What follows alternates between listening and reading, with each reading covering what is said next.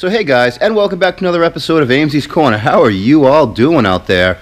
So today is the day that we're going to rip into the timing covers on the Goldwing here. I've had them apart about a year and a half ago, just after I bought it, to do a visual inspection, and they didn't look that bad, but they didn't look that great either. Also, it has the original timing tensioners, and the trouble with those is they are unserviceable. You can't add any lubricant. And 40 years of use and sitting and everything that this bike has been through, they've developed a little bit of a chirp and a squeak when I'm riding along, and I don't like the sound of that. I don't like having any kind of noises coming from a timing cover. So a little backstory on the bike. Some of you guys might remember, this is a bike that a customer here at the shop had sitting in his garage with some mechanical issues. Sitting for some time, he had thought that the primary drive chain had worn out. Now, the way this bike is set up, being a boxer engine, there is a chain that connects the drive line, the transmission itself, which is part of the crankcase on a motorcycle, the crank drives the chain and sprockets, which then drive the transmission. So when the guy drove it, it would skip. There was a skip, just a mechanical gear slappy skip feeling to it, and he thought that the primary drive chain was all done, so he parked the bike in his garage, bought a later model Goldwing, and this just sat for a good amount of time. He kept it running. He would start it every once in a while and make sure the fuel in the carburetors wasn't gelling out, which is a huge problem when the fuel goes bad in the carburetors on a Goldwing. You have to pull the whole motor out to get those out. You can't even get these caps off, frame being right there. And then it's the whole tuning fiasco trying to get those carburetors in sync again after you've had them apart. But yeah, the bike didn't have that problem. I went and looked at the bike. I offered him $500 for it, and he kind of had to think about it. And I was ready to leave it at that. I didn't have room for another project. I didn't really want to get into taking this whole motor apart. And then one day, out of the blue, I'm sitting here working on a car, and he shows up right here in my bay at the shop and says, yeah, he'll take the $500. He has to move. He has to get everything cleaned out, and he's like, I want you to have it. So I bought it for $500, and I actually took it for a ride up the road before I bought it.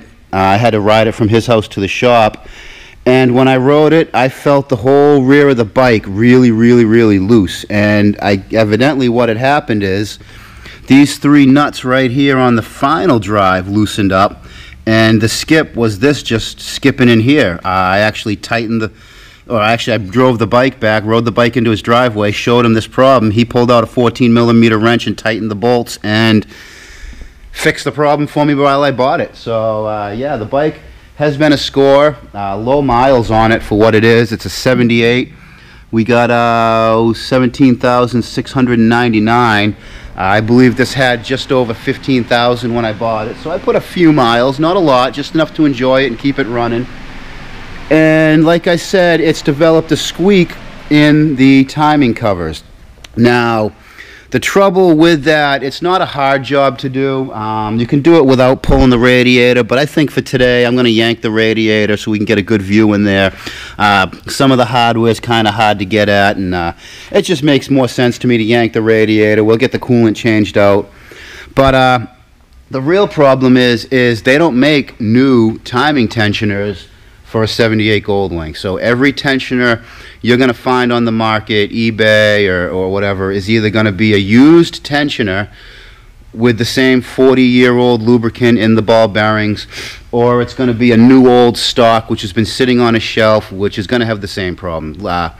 They're a sealed bearing. They're not serviceable. You can't re-grease the bearings, and no matter what you're going to find, new old stock or not, that lubricant's just going to be degraded and not going to last. I might find some timing tensioners that look good, and they just might squeak the second, third, fourth, first time I ride it.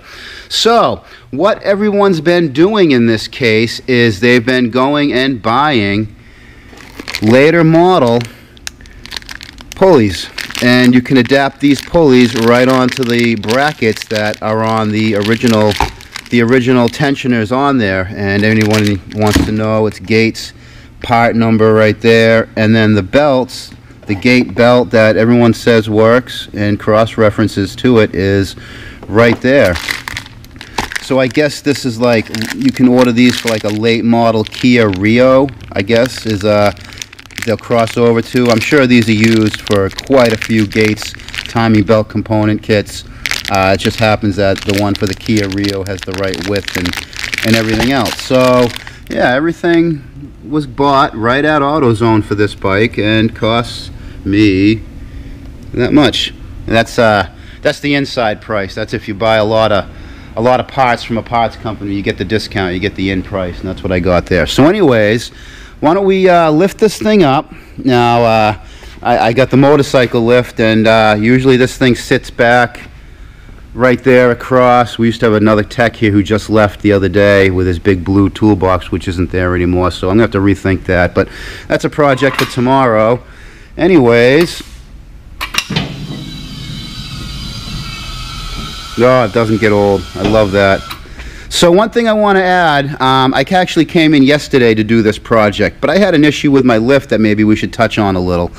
I went to lift a moped with this a few months ago, and this pneumatic piston right here, render the lift safe, very important. This pneumatic piston had blown out this seal, so this lift was totally inoperable. And I had to change that piston. Luckily, the lift is brand new, and this happened within warranty period. They sent me a new piston, which I changed out yesterday, which I'm gonna say was not an easy thing to do. It took me like 4 hours to change that piston, just trying to get this, yeah, right here, this pivot pin, getting that thing in and out. I don't know if you guys can see the marks on it. Trying to hammer it out was not fun.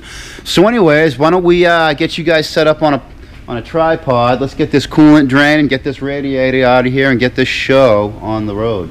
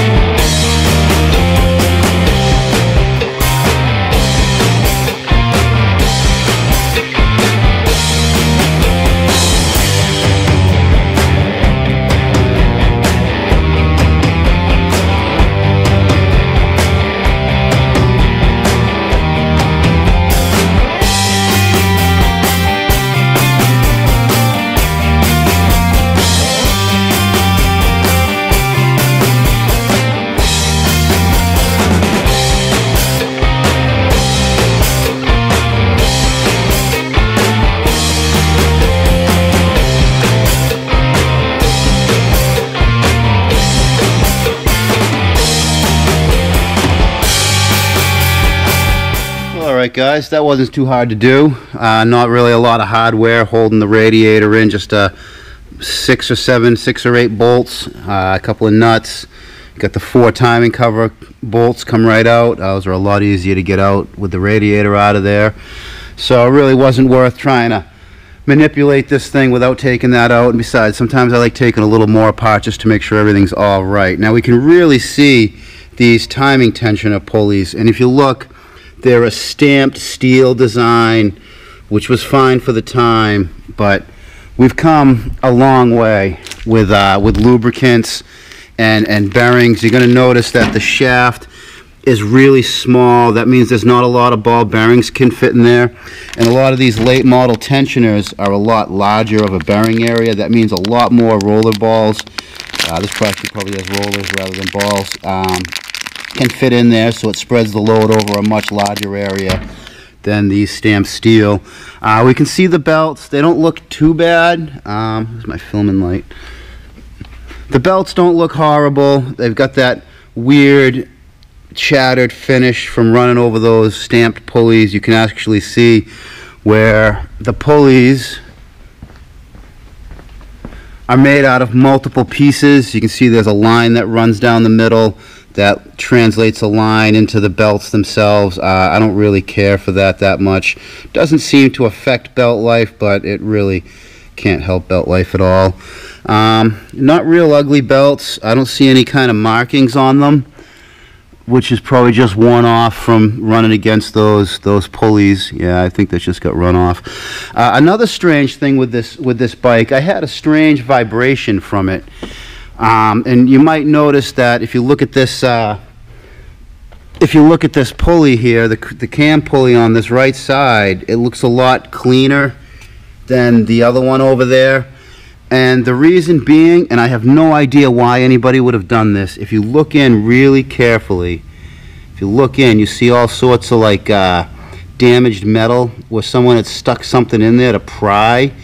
I don't know why somebody would have tried to remove this pulley, one of these pulleys, with by prying it off, but when they did so, and hopefully we can see this on camera, they really bent. Now this is the original pulley, and you'll notice that this straight edge has very little room on this side and like a 1/4 inch gap on that side. So this pulley was installed on this side completely bent, and it was quite a bit. When I first took this apart to check the belts and make sure this was all done before I actually put my first real highway run on it, I noticed this pulley, when I had run it with the covers off, was moving a lot. It was almost hitting the covers on one edge of its travel, just because someone at some point in time tried to pry them off. Luckily, they didn't damage anything that I couldn't just go on eBay and I actually bought a set of pulleys. I bought this one and that one, and the neat thing is everything on this is just reverse of what you see. So this would be the right side, but if you put it in the left side the other way, you can see it goes that way, and you can actually see where the bolt goes through the pulley. It's actually on the flush side, and then this side the pulley's standing proud. So one pulley will do both sides, but when I bought the eBay listing, you bought them both. I left this one outside so it would rust up, so I wanted to save it, but I didn't want to accidentally use it somehow, so I let that one get a nice rusty patina for a junk part. And yeah, luckily I was just able to pull it off, put the new one on. I didn't have the belts then. I didn't have the tensioner upgrades we're about to do. So the next thing I do is, we've got this motor. I took a second to set it up in time. We have timing marks. I always like to mark my marks. A little bit of light. You can see a little dirty arrow right in there, right on the cam cover. And we'll put a little mark on that just so we know where it is. And then you see the R and the arrow, everything lines up with this tooth to put me on time with the cover. So apparently my marker isn't sharp enough to actually touch the little arrow, but good enough. Now it's the same on the other side. We have the same mark and the same orientation on this side. We'll make our little mark just to make it easier to see. I guess that's all right, there and there. And now one thing we'll notice, there are no marks on the crank pulley itself. The crank pulley has no mark at all, but I'm still gonna put a little paint mark just for my reference. Now how you line the crank up in this bike is you use an access hole, and if you look in that little sight right there, I don't know if you can see it, but there's a T with a line going through it, and then a line that corresponds. I can't point and hold everything, but you'll see a little check mark off on the right side of that glass sight. You line it all up. Now one thing to keep in mind with these Goldwings is, when you take this left side belt off, this cam, or the crank, I don't remember which one, is going to move, and you have to really take the tension out. So what I'll do is I'll use probably the wheel, maybe roll the bike forward a little bit so that stays, but that's further down the line. What I got to do right now is we got to yank these tensioners off, and then that will allow us to remove the belts. And then we got to get in, because in order to use these pulleys, we have to adapt these pulleys to this flat bracket, and this is not removable. We're gonna have to cut that off. So let's get this thing apart. All right, we got it about as far apart as we need to take it to get this timing belt replacement and pulley upgrade done. And here we can see the pulleys. Now they are both identical units, the same part number each side, and we can actually see where over time that original lubricant is now just no longer in there, really sticky. Doesn't really feel like it could hold up to any temperature, which is probably why it slipped past the seal. That's what all that is right there, is the old grease that was in those. And I know you probably can't hear it, but they definitely have some gritty sound to them. Yeah, I probably can't hear it, but well, that one you can hear it.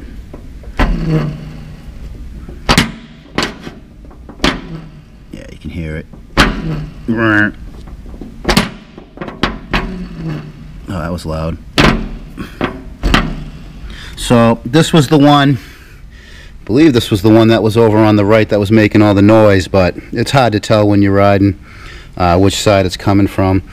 Now we can really see these aftermarket ones are almost identical in shape and size, and they're on the slack side, so they don't need to be exactly the same, because you're just going to make the tension what the tension is. So next step is, like I said, these are all pressed in there, not really removable. So what we got to do is we got to go into this little slot and cut that out. We could either cut it out. If I had a drill press, I'd probably drill it, but I do not. So what everyone's doing is they're using the cutting wheels, a real thin cutting wheel. Oh, hey, my Snap-on Tech Mobility system. One of these days I'll probably show you guys a video on that, but not today. And what people are using is a really thin cutting wheel like this. I actually have a couple different ways I could use this. I'll probably use this here to do it, maybe I'll put another thing into it. Anyway.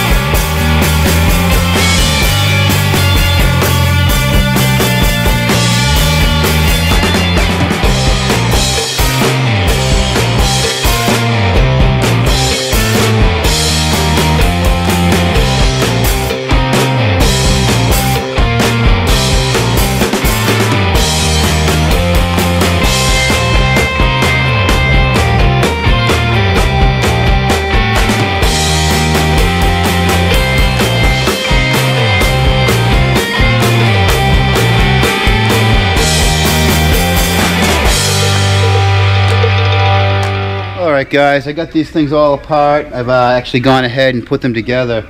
Here's the old ones. You can see how that old lubricant was just coming right out of the seal area and just making a mess and not doing its job anymore. So I went in, and now, like, if you go online, you're going to find a lot of blogs going and explaining this upgrade to install these pulleys.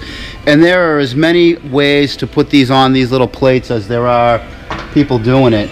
But I had a little problem when I first started to cut. The cutting wheel, I must be using a thicker wheel than most people have available, because it just would not fit between the pulley and the bracket at all. So I ended up just drilling them out with a 1/2-inch drill bit, and it was very easy to drill out. They were very easy to drill out. I recommend, if you're going to do this upgrade to one of your bikes or your Goldwing or whatnot, I recommend don't use a grinder. Use a 1/2-inch drill bit. It takes a minute. It literally took maybe 40 seconds each to drill them out. No drama. So yeah, I got them all, got them off, and then I just put them together with no washer on this side. I used, what did I use? Just a generic 3/8 16 by 1, 3/8 by 16 by 1 pitch bolt, or by 1-inch bolt, and lock washer and the nut. Nothing really fancy. And the hole you have in the back is a little bigger than a 1/2 inch after the drilling out, and the nut or the bolt you're going to use wouldn't really fit straight in, so I used one without a washer, tightened it up, and then, me being a little neurotic, I decided to throw a little bit of weld on the back of each head of the bolt that goes through. That way I could grind it down. Some people say you got some fitment issues with these bolt-on. There's a bit of a thing in the back. It looks like I'm hitting it now. I may have to grind a little more off of something, yeah. But there's a bit of a piece of flashing back here, a piece of block. I don't know why they would have added that on both sides, maybe to help keep these things from tweaking or something. But looks like I'm gonna have to just get a little bit more off of that off of the back of that. I might even just take that down a little bit.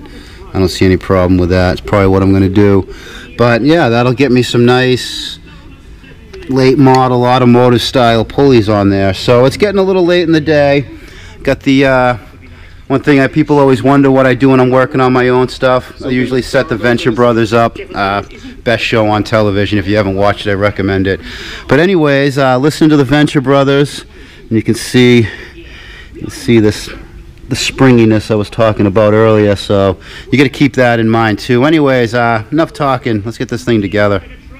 Okay, we got those all installed. I got the belts all in and tensioned up. We got all the timing marks.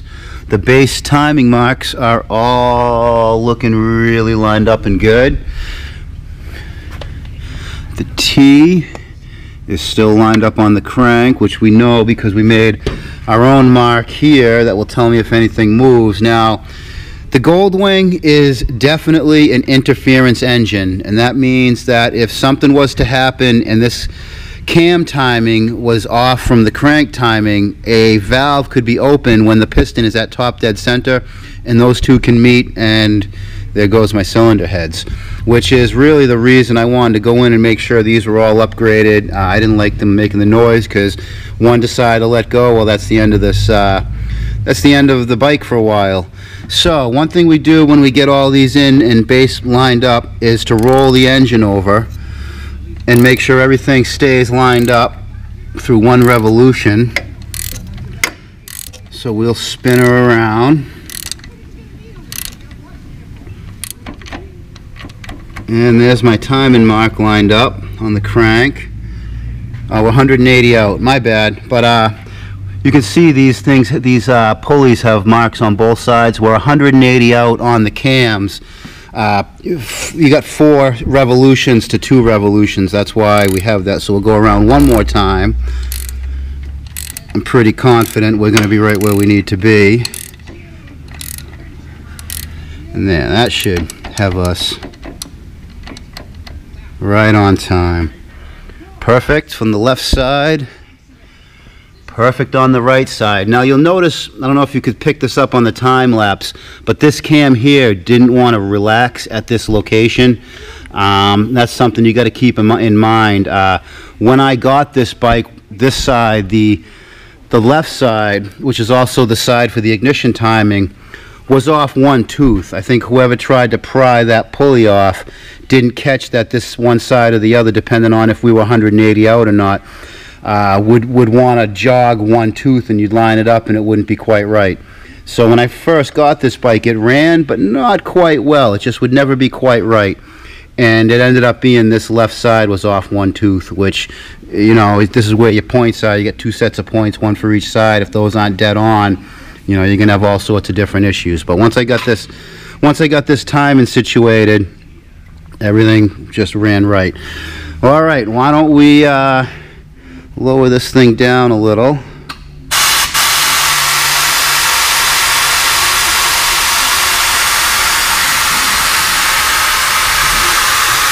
And hopefully, if everything was checked and double checked correctly, she should just start right up. Fingers crossed. I'm always a little nervous on this step when you go and fire off an engine that you've had the belts off like this. So. All right. Might have to hold the clutch. I might need a hand, guys. Yeah, I gotta hold the clutch and push the button. Let's see.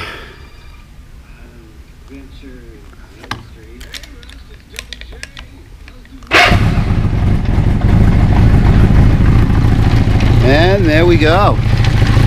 Like it's never been shut off. Now I'm not gonna let it run real long because there's no coolant.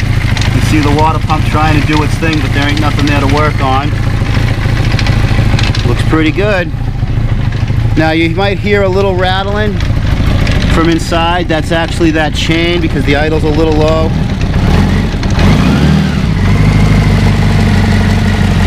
And there it is. I'd say this right side belt could probably use a little more tension. We'll adjust that up and I think we'll be all right. Well, awesome, guys, awesome. One step closer. let's get this thing back together and get her waiting for the road, getting waiting for the warm spring weather. Awesome.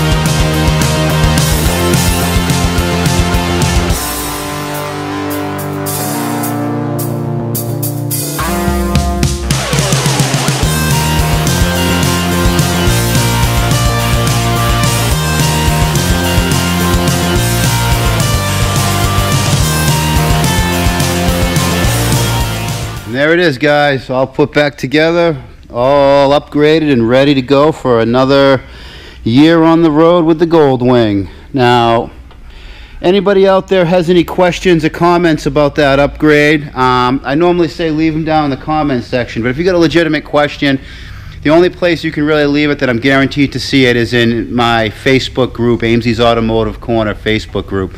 I'll try to remember to put it down in the description. Great group of guys down there. A lot of people ask questions on the comments of YouTube, but with coming up on 600 episodes and all of those get a comment a month at least, it's you just get lost in the flow. But at least you make a post in the Facebook group, I'm guaranteed to see it, and so on a bunch of other knowledgeable people in that group. So anyways, guys, let's listen to it now. No more squeaking, no more noises, no more squeaking, no more worry about one of those idler pulleys or those tensioner pulleys letting go, because they definitely didn't have a lot of life left in them. Well, alright guys, hope you got a little bit of entertainment, a little bit of info on it. I gotta get going and enjoy the rest of my day. And on that note, guys, and until next time, keep it out of the cabbage.